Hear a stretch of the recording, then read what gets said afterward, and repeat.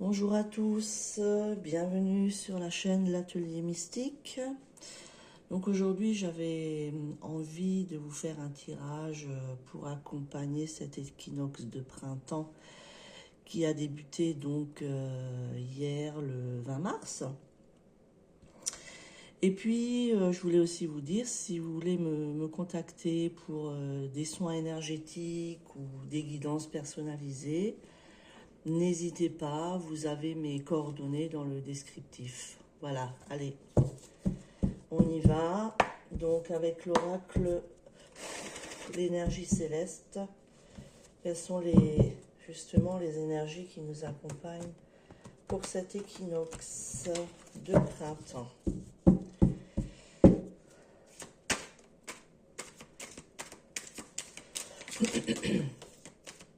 Alors déjà une carte. Quelles sont ces énergies qui nous accompagnent pour cet équinoxe de printemps?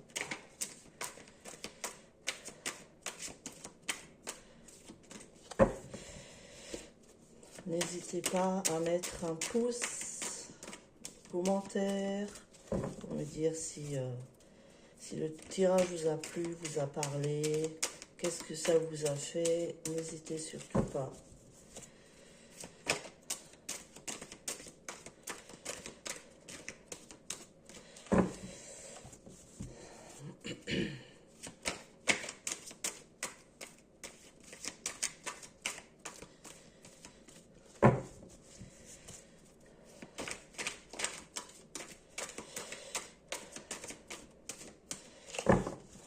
Mal aujourd'hui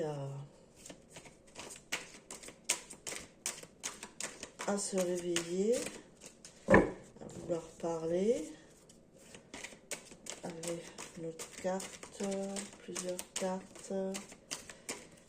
En plus c'est très difficile à mélanger ce jeu parce qu'il est gros. Donc on a encore 3 autres cartes qui sont tombées. Voilà, c'est bon. Donc je vais vous montrer la première carte qui est tombée. Donc c'est la carte Supernova. Voilà. Ensuite, la véritable vocation. Ensuite, l'harmonisation divine. Et le jeu des accusations. Allez, c'est parti. Supernova, qu'est-ce que ça nous dit? Un aspect de votre ego doit mourir pour faire place à une belle étoile naissante. Une supernova est une étoile qui meurt.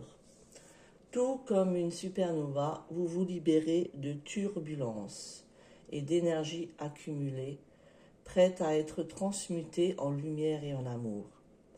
Mourir est essentiel pour renaître, pour se transformer de l'intérieur vers l'extérieur. Vous devez permettre aux couches internes d'être libérées. Cela permet à la lumière cachée de l'essence de votre âme de jaillir, de révéler et d'intégrer des aspects de vous-même dont vous ignoriez l'existence. En vous, tout passe par un processus de transmutation, un processus de mort pour que quelque chose de nouveau puisse naître. Vos anges et guides vous entourent et vous aident à traverser tout sentiment inconfortable. Vous pouvez remarquer un vide profond en vous, ou même un besoin de pleurer pendant ce processus. Souvent, vous sentirez qu'une partie intérieure de vous meurt ou que vous n'êtes plus la même personne.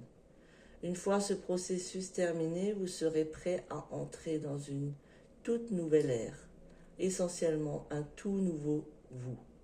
Seuls les aspects de votre moi intérieur qui ne vous servent plus traversent ce processus. Tous les autres aspects de votre personnalité sont préservés et renouvelés. Ainsi, lorsque le moment sera venu, vous réapparaîtrez dans le monde et brillerez encore. Plus. Prenez le temps d'être seul afin de pouvoir traiter et libérer les turbulences en vous. C'est l'une des transformations intérieures les plus profondes. préparez-vous à briller et laissez votre authenticité éclore dans le monde d'une manière qui influence tout votre entourage. Ensuite, nous avons la véritable vocation, L'exaltation vous attend si vous suivez votre passion. Votre vocation n'est rien d'autre que votre passion. Qu'est-ce qui vous passionne? Qu'est-ce qui vous anime? Si vous suivez votre passion, toutes les portes s'ouvriront.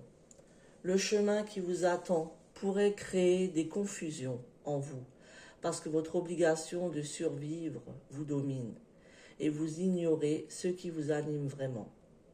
Où concentrez-vous toute votre énergie? Il est temps de poursuivre tout ce qui vous apporte joie et bonheur. Vous êtes arrivé à une croisée des chemins, à un moment de votre vie où vous devez faire un choix. Si vous croyez avoir essayé tout ce à quoi vous pouviez penser, pour finalement toujours vous retrouver au même endroit, c'est qu'on vous incite comme jamais auparavant à suivre votre bonheur. Ce dernier est la marche à suivre vers votre vocation. C'est ce talent que vous devez apporter au monde, celui que vous devez partager avec les autres. Vos talents vous ont été donnés pour être partagés avec d'autres. En faisant ce que vous aimez faire, vous éveillez en vous une vibration qui place des personnes, des événements et des situations sur votre chemin, tout en harmonie avec votre vocation. Votre vie s'améliorera sensiblement dès que vous choisirez de vivre votre bonheur. Ensuite, nous avons harmonisation divine. Ce sur quoi vous travaillez en ce moment est orchestré par le divin. Vous êtes sur la bonne voie. Tout est une question d'harmonisation divine.